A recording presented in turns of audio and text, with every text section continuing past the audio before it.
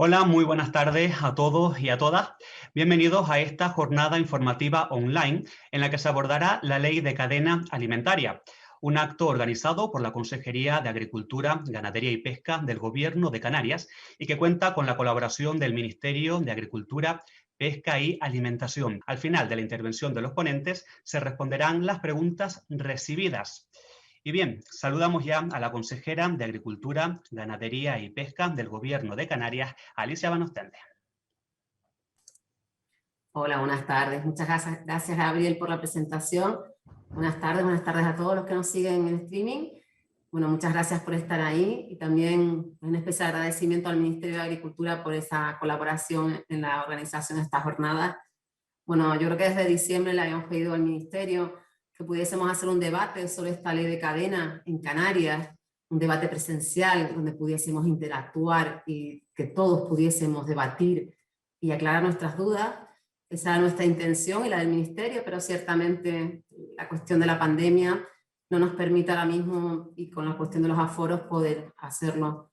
Por tanto, hemos decidido hacer una vía intermedia, que sería esta conferencia online, de manera que cualquier persona que le interese pueda conectarse y ver la conferencia, y que además podamos habilitar ese móvil al que se refería Gabriel, para que puedan enviar sus preguntas o sus dudas e intentaremos aclararlas al final de la ponencia. Bueno, nosotros pensamos que esta ley de cadena alimentaria del gobierno pensamos que es positiva en general, porque es verdad que viene a intentar organizar esa cadena, a proteger al productor, que es el eslabón más débil. También sabemos que hay mucha preocupación y muchas dudas que resolver en la aplicación práctica de esta ley. Y bueno, en eso trabajamos, por eso hemos pedido al Ministerio que podamos hacer esta charla informativa. De todas maneras, seguimos trabajando también con todo el sector primario de Canarias, con el Ministerio, para seguir avanzando en la interpretación de la norma. Por último, me gustaría presentar a nuestros ponentes. Tenemos a Gemma Hernández y a José Miguel Herrero. Ambos son funcionarios de carrera y son miembros del Cuerpo de Ingenieros Agrónomos del Estado. Tienen muchos años de experiencia en cargos de responsabilidad del Ministerio, con distintos gobiernos de distintos colores políticos y siempre en cargos relacionados con la cadena alimentaria. Yo creo que son personas con una amplia experiencia y un amplio conocimiento de la cadena alimentaria y nos podrán resolver muchísimas dudas. Finalmente les doy la bienvenida y les paso la palabra al José Miguel Herrera, que empezará con la explicación. Muchas gracias a todos. Muchísimas gracias. Gracias, consejera, y gracias por proporcionarnos este medio para poder hablar de algo tan importante para el Ministerio y creo que para todo el sector agroalimentario como es la ley de la cadena alimentaria. Pues a mí me gustaría empezar hablando de la importancia que tiene la cadena alimentaria y dentro de la cadena alimentaria la importancia de todos los alimentos que forman parte de los alimentos de España. Y el plátano de Canarias para nosotros dentro del Ministerio es uno de los productos que tenemos más cariño por su vinculación con el origen, un origen que queda determinado en esa indicación geográfica protegida que ya desde hace muchos años da un marchamo de calidad y de diferenciación frente a la banana que llega de terceros países. Para el Ministerio es muy importante el potenciar el origen, el poner la cara y ojos de los alimentos y en eso estamos embarcados en la campaña que todos ustedes conocerán, el país más rico del mundo, por nuestro sistema de producción, por nuestros alimentos y sobre todo también por nuestros productores. Esas personas que día a día, con su trabajo, con su esfuerzo, hacen que los ciudadanos podamos comer mejor y comer con calidad. Y si la política de promoción es una política importante para este Ministerio, no lo es menos la política de la cadena alimentaria en el sentido de las relaciones comerciales.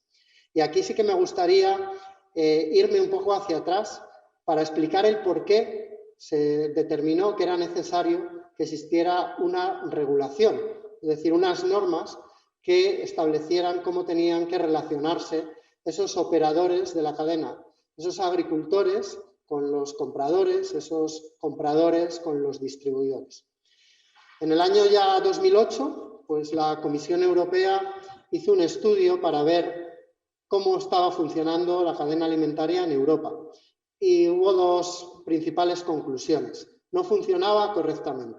¿Por qué? Porque no había transparencia en cómo se formaban los precios, había opacidad y, por otro lado, porque había abusos. Había agentes en la cadena que, abusando de una posición de dominio, una posición de fuerza, imponían sus condiciones a aquellos eslabones más débiles. Y en el último eslabón siempre pues, están los productores que tenían pues, un nivel de indefensión importante. Por eso se crea la ley de la cadena, para dar un instrumento inédito, porque no existía un instrumento similar, que permite a todos los operadores convivir con unas reglas de juego únicas y uniformes. Y con un organismo, que es la Agencia de Información y Control Alimentarios, con esa capacidad de vigilar y de investigar esas malas prácticas que se pudieran producir. Y aquí, en el año 2013, sí que hay que destacar las novedades que aporta la ley de la cadena. Novedades que siguen estando encima de la mesa y que siguen siendo vigentes. Creo que son tres elementos muy importantes. En primer lugar, que las relaciones comerciales se hagan por escrito, que exista un contrato donde estén establecidos todos los elementos que van a regir en esa relación de compra y venta, en la cual se establezca un objeto, que es lo que se está vendiendo, con sus variedades, con sus características y con un precio. Y esto es muy importante, porque lo que pretendía la ley del año 2013 es eliminar la venta a resultas, es decir, cuando un producto sale sin un precio determinado o determinable. Siendo conscientes que era difícil en muchas ocasiones determinar un precio, porque las circunstancias del mercado pues pueden ir variando a lo largo del periodo de suministro, y por ejemplo en el plátano de Canarias, pues normalmente es un suministro que se produce de manera continua a lo largo de todo el año, se permitía y se permite en la ley de la cadena establecer ese precio determinable, que puede ir determinándose mediante una fórmula periódicamente y estableciendo precios distintos en función de factores como la evolución del mercado.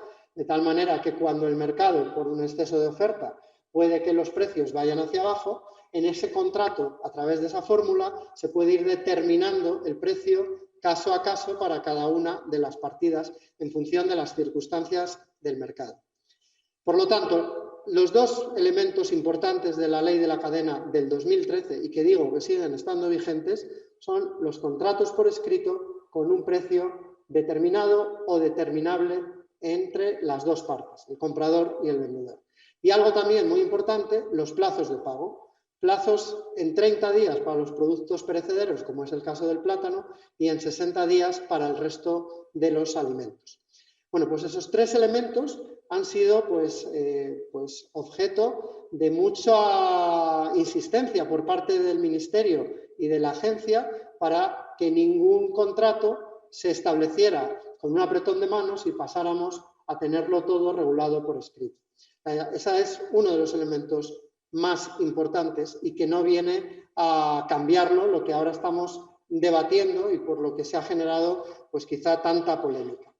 ¿Qué ha ocurrido desde el año 2014 hasta el año 2021? Pues que España fue pionera en Europa en establecer esas relaciones comerciales y empezó a hablar de que era necesario que todos los países tuvieran un marco común, que todos nos dotáramos de unas mismas normas para que no hubiera diferencias entre unos países y otros. Y en el año 2019, muy recientemente, la Comisión Europea aprueba la Directiva de Prácticas Comerciales Desleales, en la cual pues, se viene a establecer un ámbito de aplicación, que ahora hablaremos, se viene a establecer un catálogo de prácticas que llaman grises, es decir, que no son buenas prácticas, pero que pueden ser acordadas entre las dos partes si están el comprador y el vendedor de acuerdo. Y luego establece un catálogo de prácticas negras que son malas por sí mismas y que quedan prohibidas y que pueden ser sancionadas.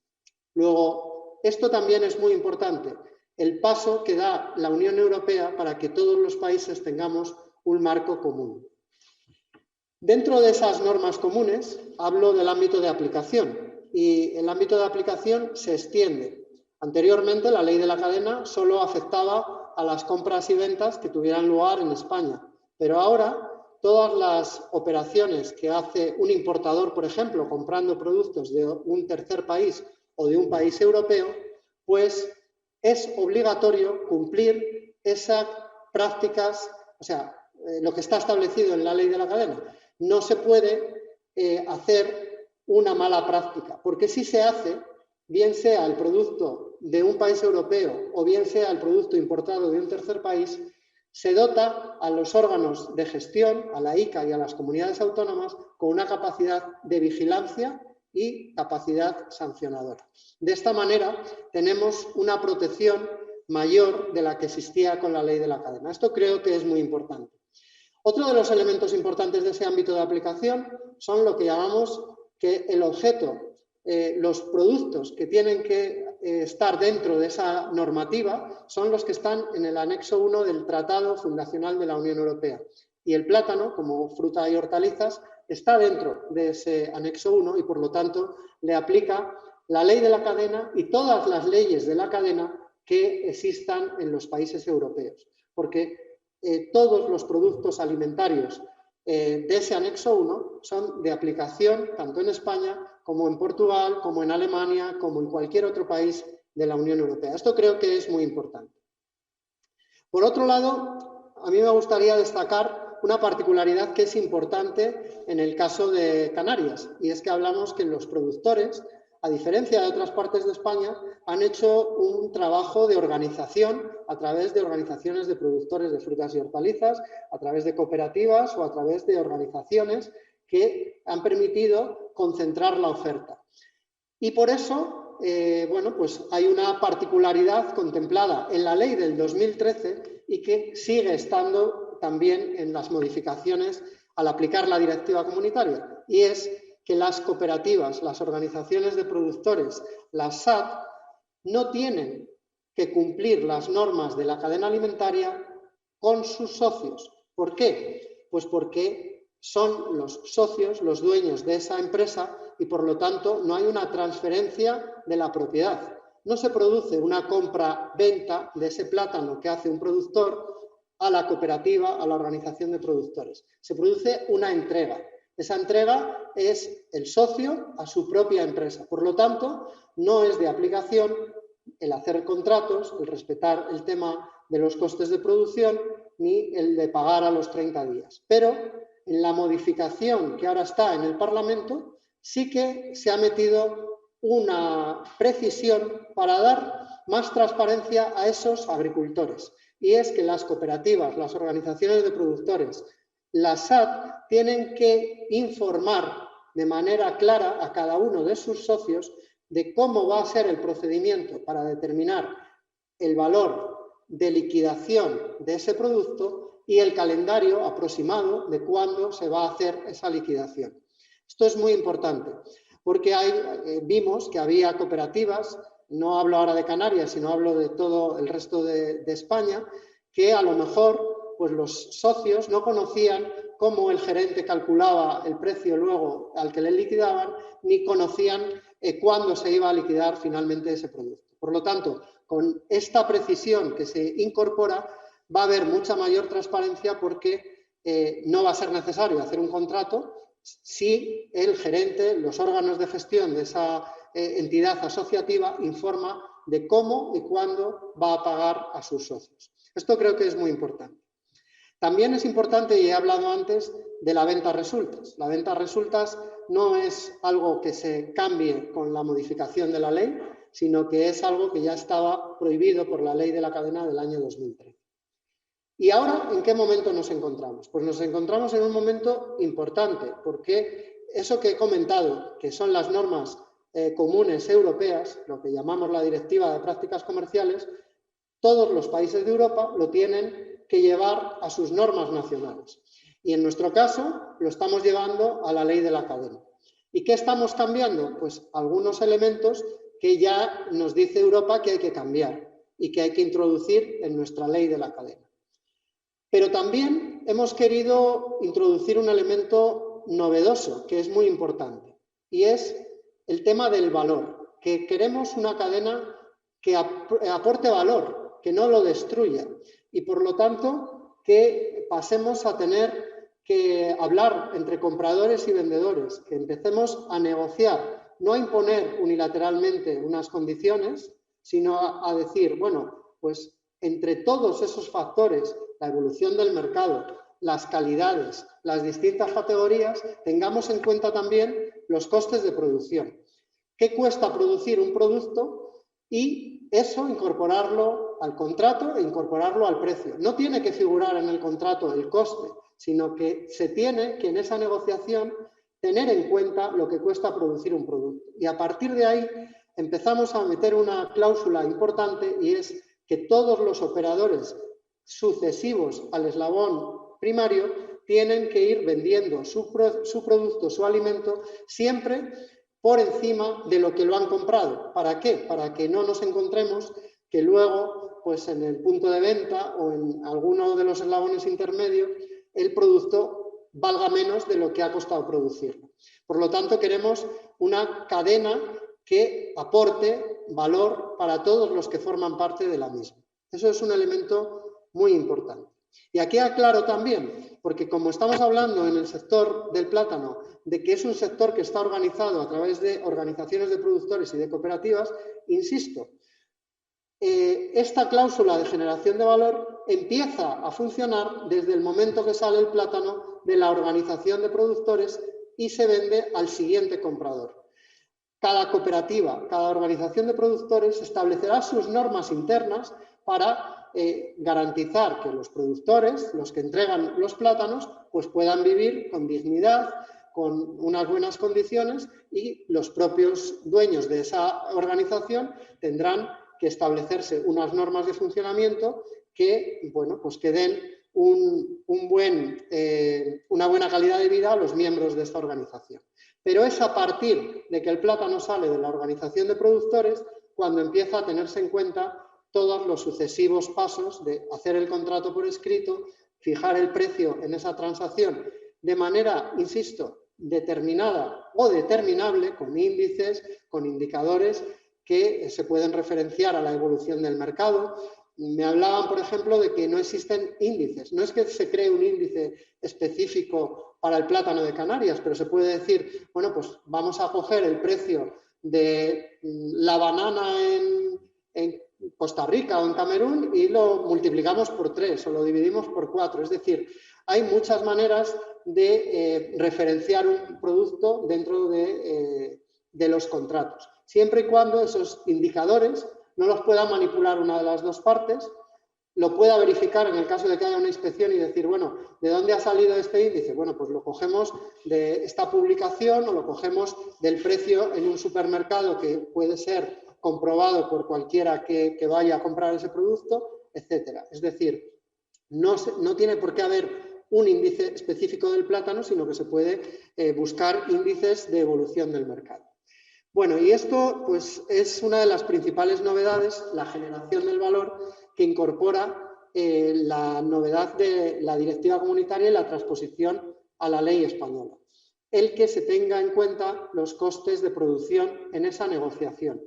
Y aquí, bueno, pues surge siempre la pregunta de, ¿tiene que cada una de las transacciones cubrir los costes de producción? ¿Cada una de las calidades tiene que cubrir los costes de producción? Pues dependerá de lo que esté establecido en el contrato. Si vamos a un contrato a largo plazo de suministro a 1 año o a 2 años y está establecido cómo el precio puede ir variar en función de esos factores, pues se podrá establecer periodos amplios en los cuales se recojan pues, esos momentos de oscilaciones de sobreoferta o déficit de oferta y al final pues se trata que en el cómputo global entre un comprador y un vendedor, el que está vendiendo nunca acabe el saldo perdiendo, sino que sea una actividad rentable, que sea una actividad remuneradora para todos los que están produciendo, en este caso, los plátanos. Y eso, pues yo creo que es importante y es el espíritu, la voluntad del Ministerio al hacer este cambio. Si les parece, hemos recibido bastantes preguntas a lo largo de su intervención. Vamos a pasar a leerlas para que procedan a responderlas. Si les parece, comenzamos con la primera pregunta que nos lanzaban y que decía así. ¿Cómo nos afecta esta ley a las cooperativas? ¿Es obligatorio hacer contratos? ¿Los precios de venta de la cooperativa tienen que cubrir los costes de producción? Bueno, yo creo que esta pregunta la he contestado en la intervención, pero no está de más remarcarlo. Los socios de una organización de productores son los dueños de esa organización, de esa SAT, de esa cooperativa, por lo tanto, no se considera que es una transacción comercial, por lo tanto, no tiene que haber un contrato por escrito, pero con la modificación de la ley, la cooperativa tiene que explicar a cada uno de los socios cuál es el método para liquidar el producto y un calendario aproximado de liquidación. Por lo tanto, ellos establecerán las reglas que quieran dotarse para que todos los que forman parte de la cooperativa pues tengan una actividad remuneradora, pero no tienen que seguir al pie de la letra los contratos, ni el plazo de pago, ni las obligaciones de cumplir cada caso por caso los costes de producción de cada uno de los miembros. Creo que también ha preguntado si la cooperativa debe cubrir el coste efectivo de producción con el cliente. No sé si ha sido esa la pregunta. Bueno, sí, si les parece, compañeros de producción, volvemos a poner la pregunta en pantalla. Si podemos, la recuperamos para que los que están en casa también la puedan leer y desde Madrid también puedan ver cuál es la pregunta. Aunque, bueno, yo se las puedo leer. Es obligatorio hacer contratos y los precios de venta de la cooperativa tienen que cubrir los costes de producción. Lo vemos en pantalla. Vale, pues la segunda pregunta dice, ¿los precios de venta de la cooperativa tienen que cubrir los costes de producción? Tienen que cubrir los costes que tiene esa organización de productores en global cuando está vendiendo los plátanos, en este caso, no los de cada uno de los integrantes de esa organización. Y a partir de ahí es donde se empieza ya a generar valor. Ese precio inicial que establece la organización de productores al siguiente eslabón, ese siguiente eslabón tiene que venderlo por encima del precio al que lo ha comprado y así sucesivamente.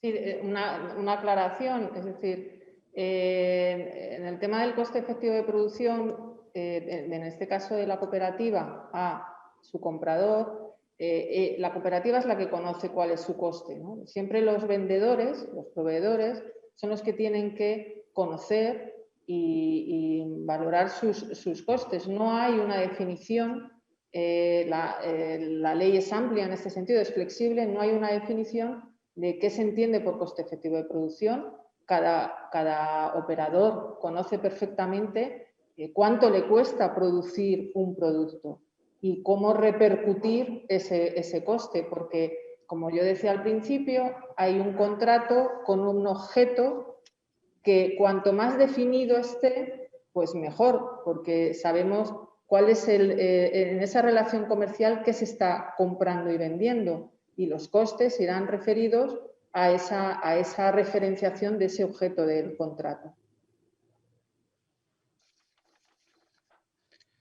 Muchas gracias. Pasamos, si les parece, a la segunda pregunta, que dice así. Cuando se habla de venta, ¿hablamos del precio de cada venta o según la categoría o precios medios?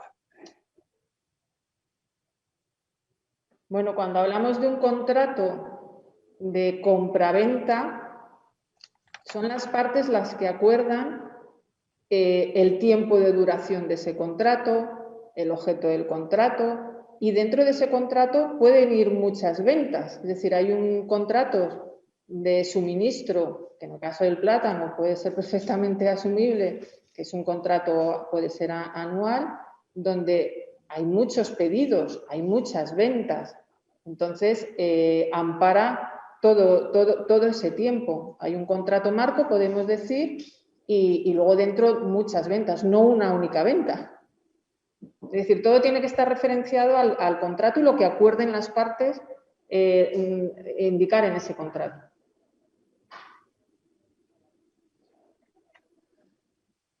Perfecto, vamos a por la tercera pregunta. Como les he dicho, son varias las preguntas que hemos recibido a lo largo de esta tarde. Esta tercera dice así: si por algún motivo caen los precios en el mercado, ¿se puede vender por debajo del coste en ese momento?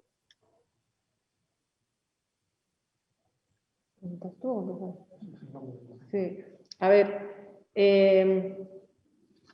vamos a ver, en el contrato, antes de la entrega, antes de comenzar las entregas, las partes tienen que acordar cómo va a calcular ese precio, ¿vale? Entonces, si ese precio es variable, por ejemplo, tiene que ir en función de esos factores. Factor de mercado, por ejemplo. El mercado sube y baja, efectivamente. Si está referenciado a ese factor de mercado, uno de ellos, y de calidad, puede haber varios factores, un sumatorio, unas ponderaciones. Eso lo acuerdan los operadores. Es decir, no hace falta decir que se va a vender por debajo de coste. El coste también es un factor que puede ir modulándose. ¿Esto se corta?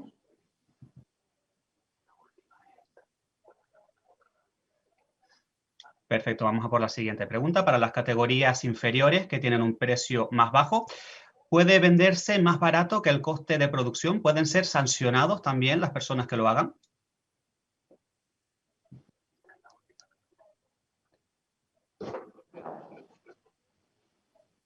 Adelante. Sí. ¿Me lo pones otra vez en pantalla?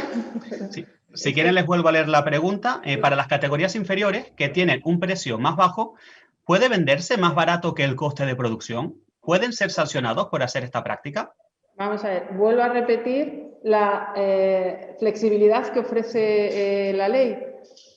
En el objeto de un contrato se fija lo que se está vendiendo, la categoría. No voy a hablar de inferiores o superiores, la categoría que ellos quieren vender. Y en ese contrato y referido a ese objeto, lo que se quiere vender, un precio variable. Entonces, insisto, el precio que va en función de factores se pueden ir modulando. No hace falta decir que se va a vender por debajo de coste, o sea, no hace falta decir, se puede decir perfectamente, pero que no es necesario eso, que se venda por debajo de coste, porque son las partes las que acuerdan cómo calcular ese precio. Y el coste también va modulando. Lo que está claro es que habrá plátanos con una categoría superior, plátanos con unas categorías inferiores y, evidentemente, el precio del mercado no puede ser igual para todos. Una piña de plátano que tiene un 70 de una calidad y un 30 de otra, pues, evidentemente, habrá precios diferentes. Y como dice la directora de AICA, en el periodo de ese contrato de suministro, que no es un periodo, o sea, no se hace un contrato para cada entrega, para cada barco que sale no hay un contrato, hay un contrato para un periodo largo. Y al final lo que hay que tener en cuenta es todo ese periodo, no puntualmente esa piña que ha salido de la isla de La Palma. Lo que es importante es que esa voluntad, ese acuerdo esté recogido en el contrato y que las partes, comprador y vendedor, lo conozcan y así se puede operar. Pero que esté recogido, porque si no habría incumplimiento de contrato o modificación de contrato unilateralmente. Entonces es muy importante que eso esté, la voluntad que tienen las partes de operar, que esté recogido en el contrato. Perfecto, vamos con la siguiente. Formulan esta pregunta. ¿Está permitida la venta a resultas y la venta a consignas? Vamos a ver. La venta a resultas está prohibida desde el año 2013 para todos los productos, porque lo que se quiere es evitar que el productor desconozca el precio o cómo se va a calcular el precio cuando entrega su producto. Por lo tanto, no está permitida. La venta en consignación es otra fórmula que no se trata de una compraventa y, por lo tanto, la venta en consignación entendemos que es un servicio y los servicios, los contratos de servicios, no están dentro de la ley de la cadena. Y, por lo tanto, no les aplica la ley de la cadena.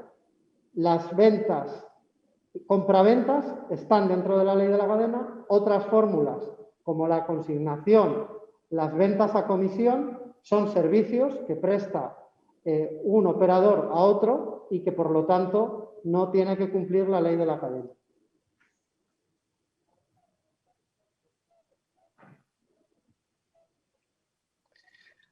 La siguiente pregunta creo que va un poco también a colación. A pesar de estar prohibido desde el 2014, que la venta a resultas y en consigna se dice que es el final del sector platanero, dice textualmente la persona que nos ha escrito, ¿podrían decirme a cuántos agricultores se han sancionado en los últimos 6 años? La pregunta continúa, pero se me acaba de ir la pantalla. Un momentito, por favor. Sí, lo leemos. Los Lo últimos leen 6 ustedes, años, lo pueden, es que sé, problemas del directo. Ah, bueno, sí, aquí en los lo últimos leemos, 6 lo años de leemos. vigencia de la ley de cadena alimentaria. Pues entiendo que preguntan a cuántos agricultores, a cuántos productores de plátano se ha sancionado. Entiendo que es esa la pregunta y yo creo que Sí. a ninguno. Productores agricultores que producen plátano, yo creo que a ninguno. Perfecto, continuamos con la siguiente, que dice así, ¿por qué el Ministerio no permite que se haga una excepción para el plátano de Canarias con esta ley? Pues vamos a ver, lo he explicado, porque la directiva comunitaria, la norma que va a ser para todos los países de la Unión Europea, dice que tiene que ser objeto de la prohibición, esas cláusulas negras, todos los productos del anexo 1. Y las frutas y hortalizas y el plátano está incluido dentro de ese anexo 1. Por lo tanto, no cabe una excepción para el plátano, pero entendemos que con todas estas explicaciones, los problemas que se habían suscitado, las preocupaciones, creo que quedan resueltas y yo creo que deberían estar tranquilos después de conocer con más detalle pues todos esos pormenores que ha detallado la directora y que estamos intentando explicar. No se trata de exceptuar, sino que hay distintas fórmulas.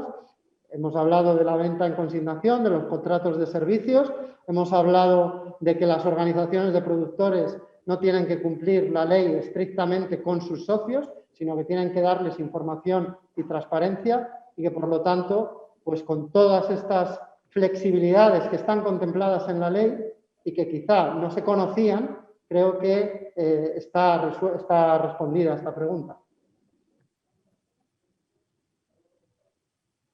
¿De acuerdo? Nos planteaban también un ejemplo. Decía así, si un barco sale con fruta de Canarias y tarda 2 semanas hasta llegar a la venta y en esos días hay una caída de precios, ¿se puede pagar al final por debajo del coste? ¿Se puede modificar el precio del contrato? Bueno, pues esto también es lo que intentaba explicar antes. Aquí, claro, esas preguntas, pues me gustaría preguntar más cosas porque, claro, hay mucha casuística, ¿no? Entiendo por la pregunta que un operador de Canarias va a vender plátanos y tiene un acuerdo con un comprador en la península. Aquí lo que hay que establecer es cuándo se produce la entrega de ese producto, de los plátanos. En el momento que se produce la entrega, tiene que haber ya un contrato con todas las cláusulas que hemos explicado anteriormente y establecido también el precio. Entonces, si ese precio está establecido en función de factores como el mercado, se podrá solventar la pregunta, porque en esos 15 días ha podido modificarse ese precio o al alza o a la baja y estará repercutido dentro de la fórmula acordada. Si por el contrario la entrega, que no lo sé, por eso doy los dos casos, la entrega se produce en península, entendemos que todavía es propiedad del operador vendedor y por lo tanto, bueno, pues el precio ya empezará a computar, o por así decirlo, a partir de esa entrega en península.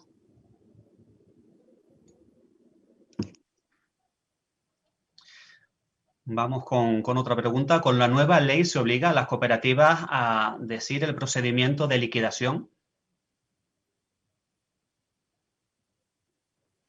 Sí, efectivamente, como he comentado, Cada cooperativa tiene que establecer y comunicar de manera fehaciente, es decir, que todos los agricultores conozcan el procedimiento y el calendario. No es que tenga que decir el día 4 del mes de marzo se va a liquidar, sino decir, bueno, pues se liquidará cuando ocurran determinadas circunstancias.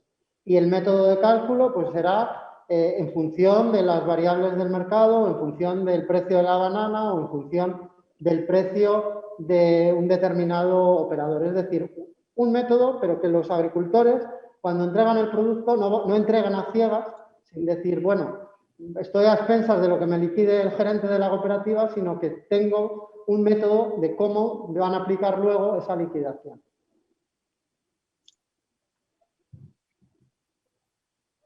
Bueno, y vamos ya con la última pregunta.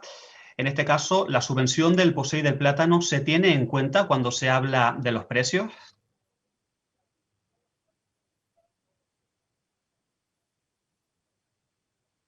A ver, yo entiendo que la pregunta quiere decir que si la subvención del POSEI se tiene en cuenta cuando se habla de los costes, ¿no? Es decir, una subvención es una ayuda y por lo tanto es un ingreso. No se puede considerar que es un coste. Entiendo que esa sería la pregunta.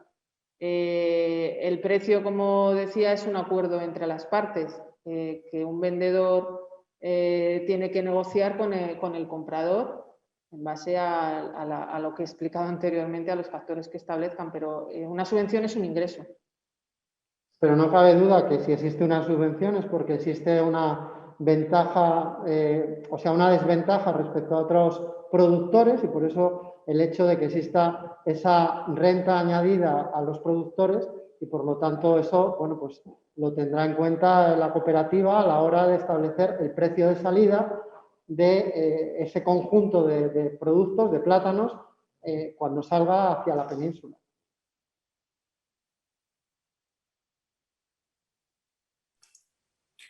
Bueno, buenas tardes. Yo creo que se ha generado muchísimo debate. En el número de WhatsApp han entrado muchísimos comentarios, muchísimas dudas, muchísimas preguntas. Hemos ido seleccionando las más repetidas, que han sido estas que hemos trasladado. Y bueno, el tiempo también apremia. A mí me gustaría dar las gracias, esperar que esto haya servido para aclarar dudas. Seguiremos trabajando con el sector, con todos los productores, con las organizaciones de productores, también con el Ministerio, para seguir aclarando cuestiones de más detalles, porque sabemos que se nos quedan cosas por detrás todavía, hay muchísimos detalles de los contratos en los que tenemos que adaptar las condiciones de nuestro sector canario, primario, a la realidad de la comercialización y a la realidad de la ley de cadena alimentaria. Así que bueno, seguimos trabajando. Les quería agradecer esas intervenciones al Ministerio, agradecerles a todos por su asistencia y emplazarlos para una próxima charlas y otras jornadas. Bueno, seguimos desde aquí, desde la Consejería, a disposición para poder seguir aclarando dudas. Muchas gracias a todos y buena tarde.